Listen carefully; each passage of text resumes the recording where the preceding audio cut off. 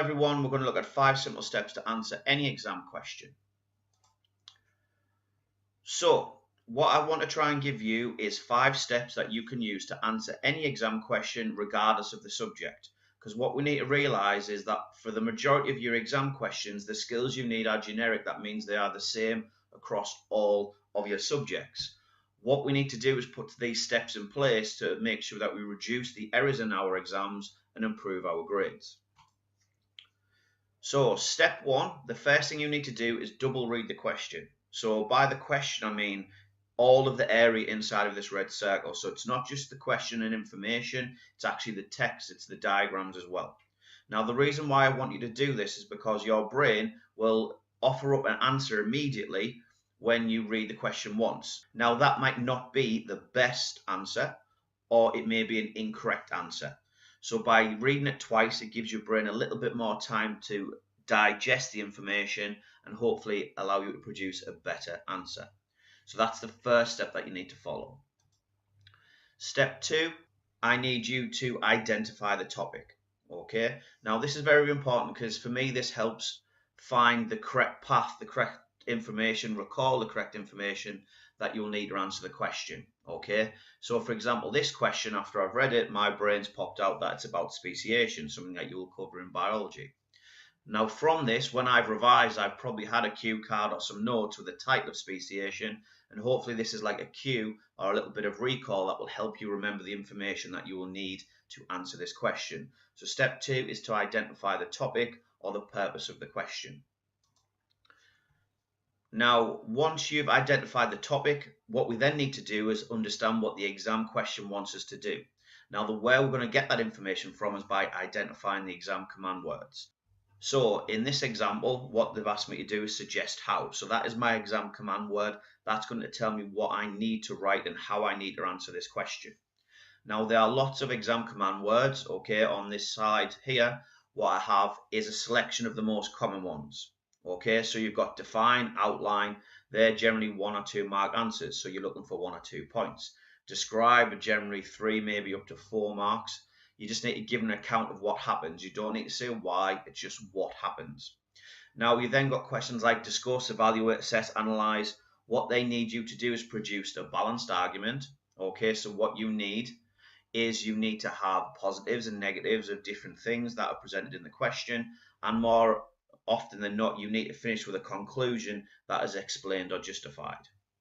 Another question that you may have is explain. Okay, this is you need to say why something has happened. Now often this is paired with describe, so you need to describe and explain, so you'll have to say what happens and then why something happens.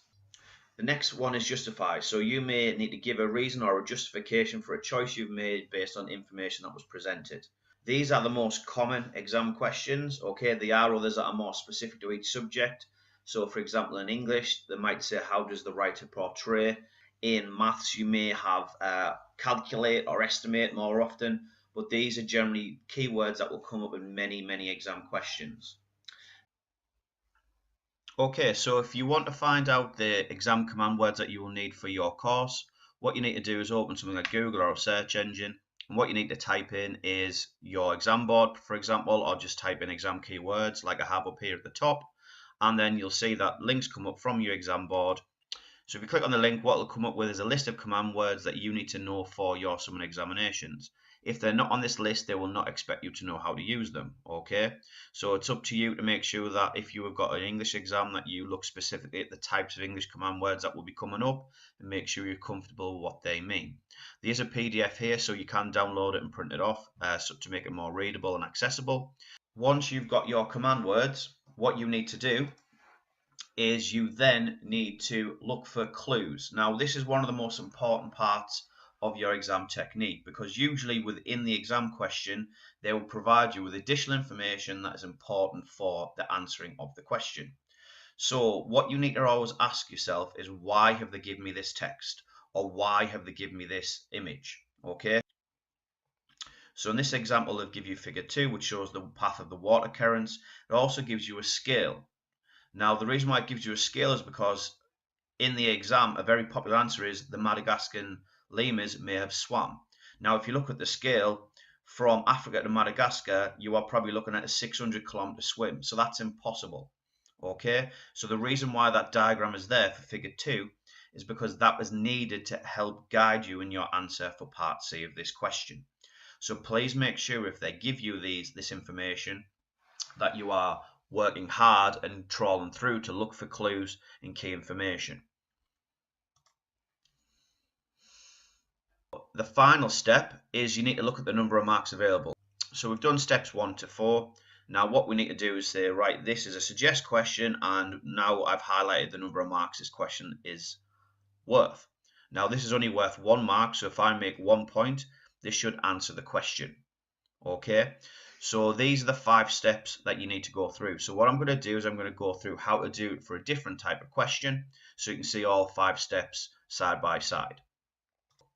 For this example, what we have is describe how the ancestors of modern lemurs may have evolved into the species shown in figure 3.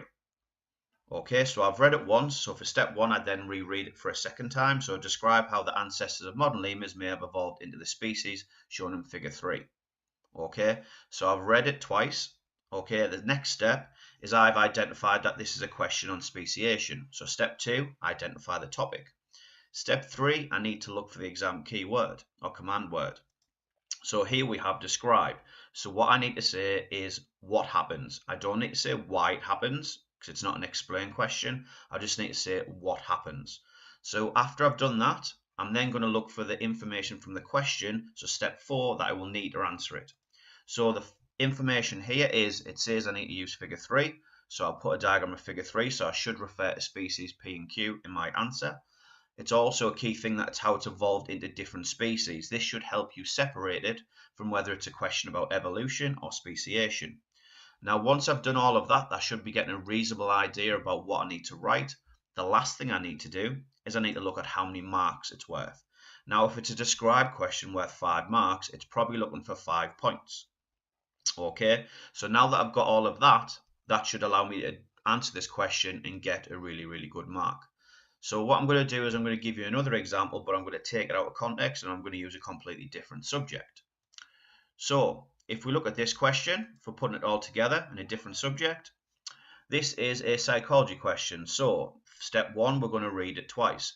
So you've been asked to conduct an experiment to investigate the effects of seal position when learning a list of words. Describe how you would conduct this experiment. You need to include the experimental design you would choose and why this would be suitable, the task participants would be required to do and the data that you would collect, the results you would expect to find from your experiment. So I then read that for the second time to help me digest the information. Step 2 is I'm going to look for the topic. Now this topic is about memory. So hopefully now I'm starting to get information flooding into my brain about this specific topic. So step 3, identify the command word in the question, which is describe. So once I've identified it's described and I need to say what happens, I'm then going to move on to identifying the key information from the question. The key information from this question is, first of all, it's about serial position. So that's exactly what it's about. The second thing that I've noticed is that it says learning a list of words.